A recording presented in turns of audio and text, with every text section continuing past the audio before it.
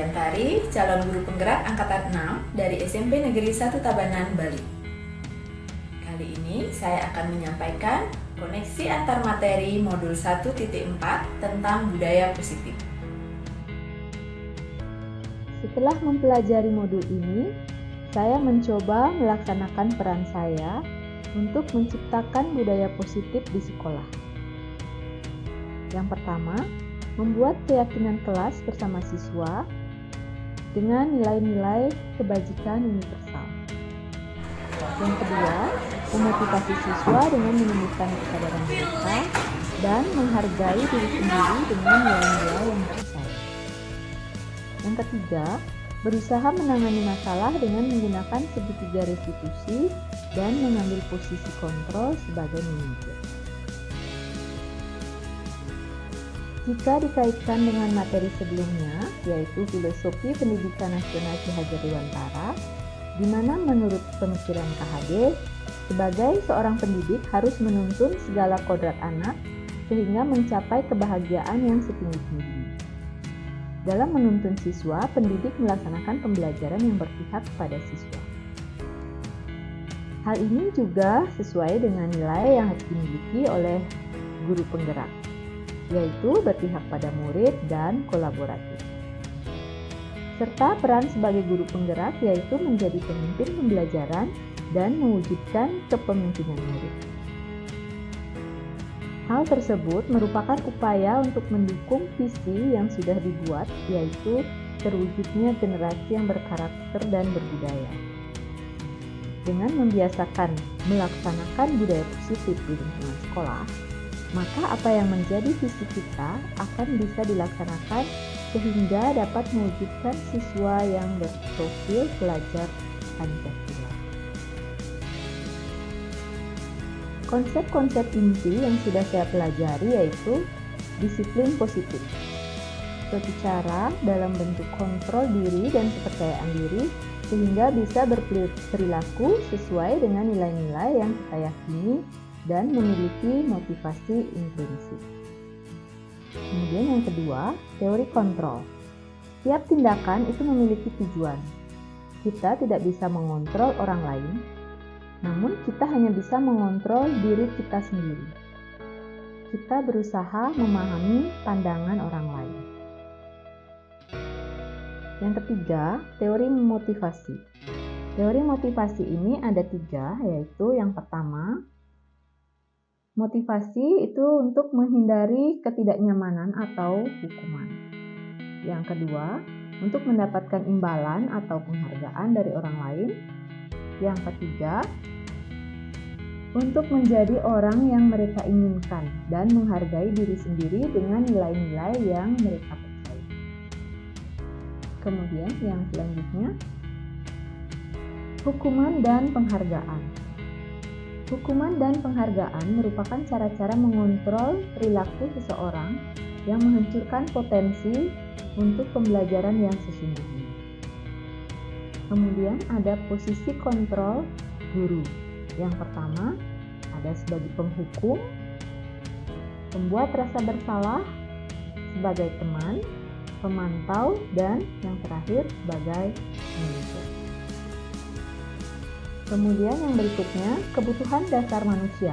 Yang pertama, kebutuhan bertahan hidup. Yang kedua, kasih sayang dan rasa diterima. Yang ketiga, penguasaan. Artinya kebutuhan pengakuan atas kemampuan. Kemudian yang keempat ada kebebasan, itu kebutuhan akan pilihan. Yang kelima ada kesenangan, yaitu kebutuhan untuk merasa senang. Kemudian yang berikutnya ada keyakinan kelas. Keyakinan kelas yaitu nilai-nilai kebajikan universal yang disepakati secara tersurat atau tersirat. Nilai-nilai kebajikan menekankan pada keyakinan seseorang akan lebih memotivasi seseorang dari dalam. Kemudian yang terakhir ada segitiga restitusi.